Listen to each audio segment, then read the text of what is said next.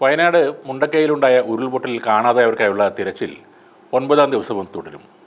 സംസ്ഥാന സർക്കാരിൻ്റെ കണക്കുകൾ പ്രകാരം 152 പേരെയാണ് ഇനിയും കണ്ടെത്താനുള്ളത്. തിരച്ചിലിന് നാട്ടുകാർക്ക് പുറമെ ബന്ധുക്കളുടെ സഹായവും തേടാനാണ് തീരുമാനം. ബന്ധുക്കൾ പറയുന്ന സ്ഥലം കേന്ദ്രീകരിച്ചും ഇനി പരിശോധനകൾ നടക്കും. സൺറൈസ് വാലിയിൽ പ്രത്യേക സംഘത്തിൻ്റെ നേതൃത്വത്തിലായിരിക്കും പരിശോധന തുടരുക. വിവിധ വകുപ്പുകളുടെ മേധാവിമാർ തിരച്ചിൽ സംഘത്തിനൊപ്പം ചേരും. കടാവർ നായകളെയും ഇന്ന് ഈ തെരച്ചിലിനായി ഉപയോഗിക്കുന്നുണ്ട്. സൺറൈസ് വാലിയിൽ സൂചിപ്പാറ വെള്ളച്ചാട്ടത്തിന് താഴെ ഹെലികോപ്റ്ററിൽ ഇറങ്ങിയ പ്രത്യേക സംഘം ഇന്നലെ 4 കിലോമീറ്റർ ദൂരം പരിശോധന നടത്തിയിരുന്നു. ഇന്ന് 6 കിലോമീറ്റർ ദൂരപരിധിയിലേക്ക് ആ പരിശോധന വ്യാപിപ്പിക്കും. തിരിച്ചറിയാനാവാത്ത 218 മൃതദേഹങ്ങളാണ് ഇതുവരെ സംസ്കരിച്ചിട്ടുള്ളത്. മരണം 400 കടന്നതായാണ് സ്ഥിരീകരിക്കാത്ത വിവരങ്ങൾ. പുത്തുമലയിലെ ഈ ശ്മശാനഭൂമി പ്രത്യേക വേലി കെട്ടി തിരിച്ച് സ്ഥിരം ശ്മശാനഭൂമിയാക്കി മാറ്റാനും തീരുമാനമായിട്ടുണ്ട്. കണ്ടെത്താനുള്ളവരുടെ പേരും മേൽവിലാസവും അടക്കമുള്ള വിവരങ്ങൾ റവന്യൂ വകുപ്പ് പുറത്തുവിട്ടിട്ടുണ്ട്. എന്നാൽ അന്യസംസ്ഥാന തൊഴിലാളികൾ ഈ ദുരന്തത്തിൽ പെട്ടിട്ടുണ്ടെങ്കിൽ അവരുടെ കണക്കുകൾ കൃത്യമായി ഇതുവരെ ലഭിച്ചിട്ടുമില്ല.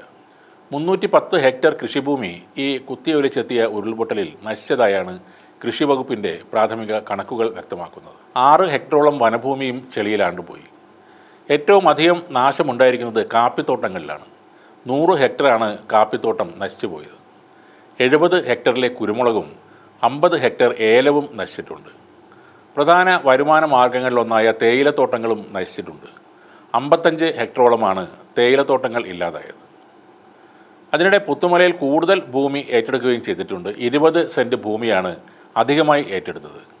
നിലവിൽ മൃതദേഹങ്ങൾ സംസ്കരിച്ചിട്ടുള്ള ഭൂമിയോട് ചേർന്നാണ് ഈ അധിക ഭൂമി ഉള്ളത്. ഇവിടെ തിരിച്ചറിഞ്ഞിട്ടില്ലാത്ത ആളുകളുടെ സംസ്കാരം ഇന്നും തുടരും. അതേസമയം കോഴിക്കോട്ടെ വിലങ്ങാടുണ്ടായ ഉരുൾപൊട്ടലിൽ 200 കോടി രൂപയുടെ നാശനഷ്ടമാണ് ഉണ്ടായിരിക്കുന്നത്. റവന്യൂ വകുപ്പാണ് ഈ കണക്കുകൾ പുറത്തുവിട്ടത്. ആ പ്രദേശത്തെ വ്യാപാരികളും കടുത്ത ദുരിതത്തിലാണിപ്പോൾ. വയനാട്ടിലെ ആ മഹാദുരന്തത്തിനിടെ ഇതും സംഭവിച്ചതിനാൽ വിലങ്ങാട്ടെ ഉരുൾപൊട്ടലിൻ്റെ തീവ്രത വേണ്ടത്ര ചർച്ച ചെയ്യപ്പെടാതെ പോവുകയാണെന്ന പരിഭവം ആ നാട്ടുകാർക്കുമുണ്ട്. ഒറ്റ രാത്രി കൊണ്ട് വിലങ്ങാട് പലരുടെയും വർഷങ്ങൾ നീണ്ട അധ്വാനത്തിൽ പടുത്തുയർത്തിയ 15 വീടുകൾ പൂർണ്ണമായും തകർന്നുപോയി. 100-ലധികം വീടുകൾ വാസയോഗ്യമല്ലാതായി. പഞ്ചായത്തിൻ്റെയും പൊതുമരാമത്ത് വകുപ്പിൻ്റെയും 4 കിലോമീറ്റർ റോഡ് പൂർണ്ണമായും ഒലിച്ചുപോയി. 4 പാലങ്ങളും KSEBയുടെ 200 പോസ്റ്റുകളും പൂർണ്ണമായും തകർന്നു. ഈ മേഖലയിൽ 50 ഹെക്ടർ കൃഷിയാണ് നഷ്ടമായത്. നിരവധി വാഹനങ്ങളും മണ്ണിൻ്റെ അടിയിലായി കിടന്ന് നശിക്കുന്നുണ്ട്. റേഷൻ കടയിൽ ഉൾപ്പെടെ നിരവധി കടകളിലും വെള്ളം കയറി. ഉരുൾ തകർത്ത ഈ സ്ഥലം വാസയോഗ്യം അല്ലാതായതോടെ എങ്ങോട്ട് പോകണമെന്നറിയാതെ ദുരിതത്തിലാണ് വിലങ്ങാട് സ്വദേശികൾ.